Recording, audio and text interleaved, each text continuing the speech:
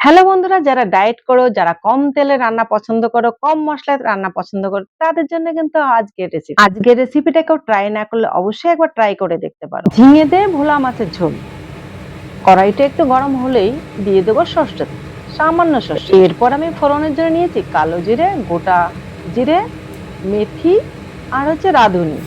এবার একটু নাড়াচাড়া করে লাল লাল হয়ে গেলে তারপর দেবো কাঁচা লঙ্কা চেরা। কাঁচা লঙ্কা চেরা একটু নাড়াচাড়া করে একটু ভাজা ভাজা হলে দিয়ে দেবো আমি কয়েক কোয়া রসুন থেতো।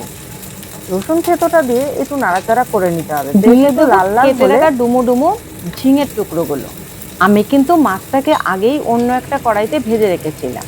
তোমরা চাইলে একই কড়াইতে মাছ ভেজে সেই কড়াইতেও রান্না করে নিতে পারো। আমি কিন্তু খুব কম তেলে মাছটা ভেজেছি। গ্যাসটা কমিয়ে ধীরে ধীরে মাছটাকে ভেজেছি যাতে খুব কম তেল লাগে।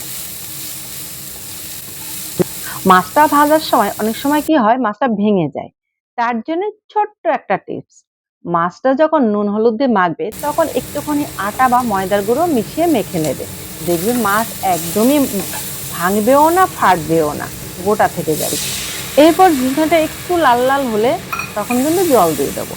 জল কিন্তু পরিমাণ মতো দিতে হবে, জল দিয়ে ঢাকা দিয়ে দেবো। ঝিঙে যখন সিদ্ধ হয়ে যাবে তখন কিন্তু মাছ ভাজাটা আমি দিয়ে দেবো ঝোলের মধ্যে। ভোলা মাছটা কিন্তু আমরা বেশিরভাগই সর্ষে দিয়ে খেতে পছন্দ করি। সর্ষে দিয়ে ভোলা মাছ রান্না করলে সত্যি খুব দারুণ লাগে খেতে। আমি কিন্তু এইভাবেই ভোলা মাছ খাই।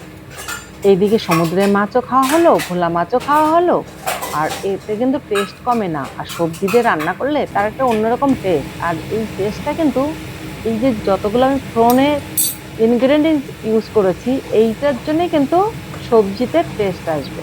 যাই হোক, ঝোলটা যখন দেখবে একটু শুকিয়ে গেছে, যখন মনে হবে নামাবো, তার আগে কিন্তু একটু আটার গুঁড়ো দিয়ে দিলে গ্রেভিটা কিন্তু বেশ একটু মাখো মাখো হবে।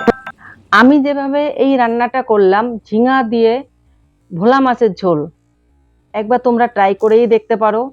যারা তেল মশলা কম খাও, আশা করছি তাদের জন্য কিন্তু এই রান্নাটা খুবই হেল্পফুল হবে। রান্নাটা দেখে কিন্তু আমার জিভে জল এসে গেছে। এখন শুধু খাওয়ার অপেক্ষায়, একটু তো টেস্ট করে দেখতেই হবে কেমন রান্না হলো। চলো এবার টেস্ট করা যাক ঝিঙে দিয়ে ভোলা মাছের ঝোল।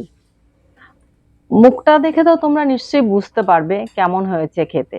আমার কাছে তো দারুণ লেগেছে খেতে। তোমরা একবার ট্রাই করে আমাকে জানিও কেমন হয়েছে।